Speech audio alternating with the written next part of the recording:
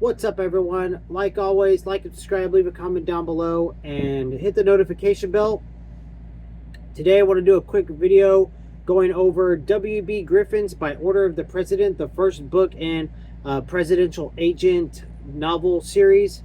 Books, I gave this one an 8 out of 10. We'll get that out of the way. It was fine. The book was fine. It wasn't like anything to write home about. I will say that I spun my wheel and it landed on the second one in the series, of course. This book is far better. And you could read this one as a standalone if you wanted. So, if you wanted to bypass this one, you could, which I would recommend. And you could start with this one. But if you're a fan of W.E.B. Griffin, which I am, then I would read this one. It's not bad. It's a good book, don't get me wrong. I mean, I had a great time with it. It was just much longer than it needed to be. But there was a lot of character setup, and W.B. Griffin's writing is real character and dialogue heavy, so you have to enjoy that aspect of reading, which I do. The W.B. is a master of dialogue between his characters, and there's a lot of it throughout most of the book is dialogue, and it's good. It builds upon the story. The story's good, but a little backstory on W.E.B. Griffin. I do have 2 other reviews of him on the channel of his Corpse novel series.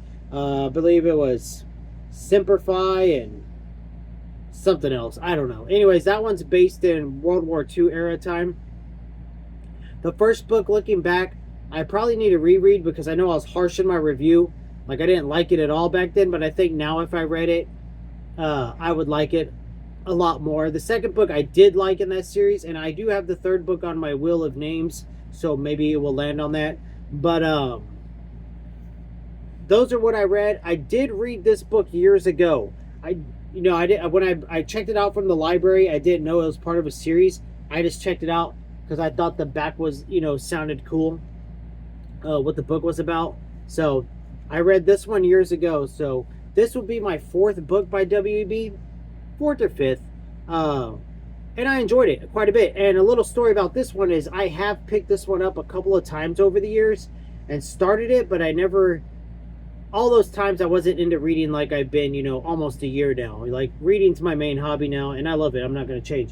But this book's pretty good. So what you got is you start off and some terrorists hijack a 727 from Luanda, Angola, and they steal the plane, they kill the pilot that they took hostage, and now you have the CIA and the Secret Service and all that. Now they're on high alert because this is a couple of years after 9/11 is the setting of the book, so they're on high alert to they're tasked with trying to find out where this plane went and what their motives are behind it. So you get your main character, your main hero guy of the series. I would expect you get Carlos Charlie Castillo. He's your typical cliche hero, soldier hero type guy in these books. This one and what I've read so far of the next one. W.E.B., his hero type guy is very, they're very cliche.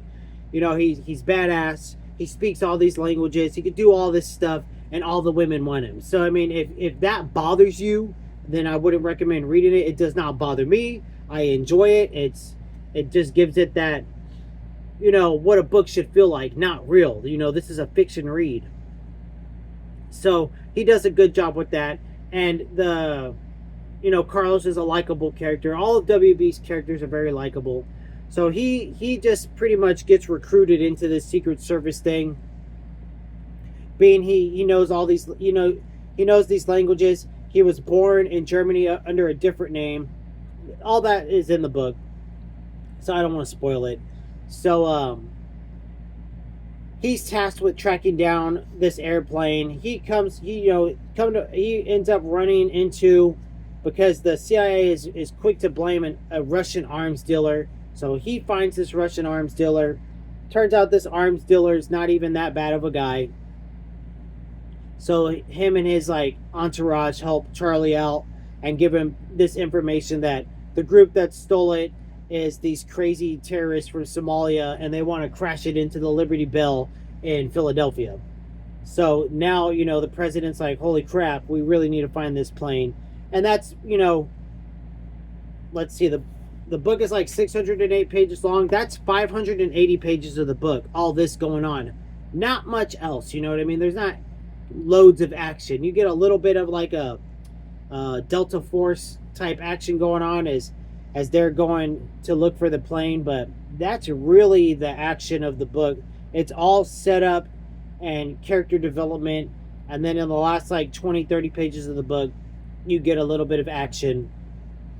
So you have to like military thrillers quite a bit, I think, to enjoy this one. I have seen people online not enjoying this one that much, but if you're going to read the series, I would say if you love military thrillers, start with this one. If not, just jump straight into The Hostage. But I gave this one an 8 out of 10. The writing is solid. W.E.B is a good writer, and I had a good time with the book. It took me a little bit longer to finish it than I wanted to, but the words are squeezed onto the page quite a bit in this one. This one looks chunky, but there's very little words per page, so you can read it quickly. But yeah, solid 8 out of 10. I think W.E.B did a good job with this one. I think the characters are real likable. I think your main character, Charlie Castillo, is a great character, a great hero type guy that is basically, you know, just being sent on these you know, missions that nobody really wants to do.